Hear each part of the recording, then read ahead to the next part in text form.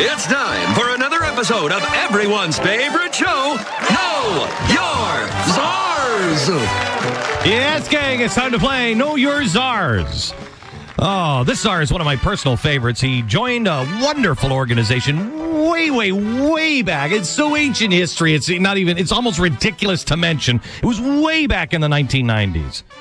It was a fabulous community organization that worked hard for both hope and change. But what about their roots? Looking back at their fabulous history, they formed a group called RAW.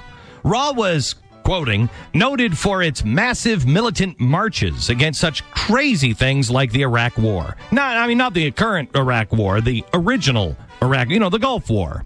Their marches were, quote, militant, confrontational, regularly defying police commands, and occasionally plunging through police lines and barricades. Yeah, but that Iraq War was evil. That Gulf War? Yeah. Oh, my God. Nice. That thing. Yeah. Oh, terrible. Remember, they were just trying to get Iraq out of Kuwait. It's just God. Anyway, it's adorable. Their strength, quote, flowed in part from its strong group of core leaders. Several of them were veterans of the Revolutionary Communist Youth Brigade, the youth wing of the Revolutionary Communist Party. Side note here, this is not the regular Communist Party. That would be calm, cool, and collected. This is the Revolutionary Communist Party. Back to quoting, the group took hard and uncompromising positions that expressed anti-capitalist and anti-imperialist policies and attracted many artists and cultural workers, from DJs and poets to drummers and graffiti artists. You know what this makes me think of? First of all, I love graffiti artists. It's my favorite kind of artist. It really is. When they start spray painting words and bubble letters and bridges and stuff, I love it. It's such pure expression. But it also makes me remember about the poster that was supposedly done by a graffiti artist.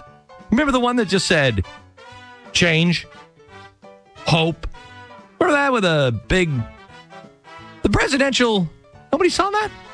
Anyway, it was with the help of such graffiti artists and such that this organization provided a context in which many young people of color and white radicals came of age politically. They, quote, drew from this broad social scene of young people of color to make radicalism popular. And isn't it popular now? It's on the news all the time, with the Islamic radicals, the environmental radical terrorists like ELF, and all those crazy radical Tea Party protesters with their unwillingness to die for the state. Radicalism is all the rage, Alas, this organization, RAW, wouldn't last. Like all good radical things, it too came to an end.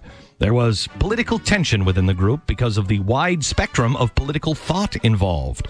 You see, the people of RAW, quoting, upheld a range of different politics from cultural nationalism to revolutionary communism. Well, I'm sure there were some free market, pro-small business conservatives in there as well. They just probably forgot to mention them. So anyway, these crazily diverse views, along with, quote, unprincipled sexual behavior within the group, end quote, made it fall apart. But don't worry, it eventually led to a new group called Storm. In fact, I've been quoting a study paper written by Storm, another radical communist group, about its founding, written way back in 2004. I think Barack Obama was 7 at the time. So, who was a member of Storm? Do you know your czars? George McGovern? No. Zell Miller. No. George Wallace? No. If you did know your czars, you know that Van Jones, our new Green Jobs Czar, was a member of this crazy revolutionary communist group formed in the 1990s and then Storm way back in 2004. I just hope he doesn't get involved with any unprincipled sexual behavior in the White House, or all of our fabulous green jobs might someday just go away. That is, if they ever show up in the first place. Ooh, sorry. Just like everyone who plays this game, you lose. But at least you'll die a little smarter just for listening to Know Your Czars.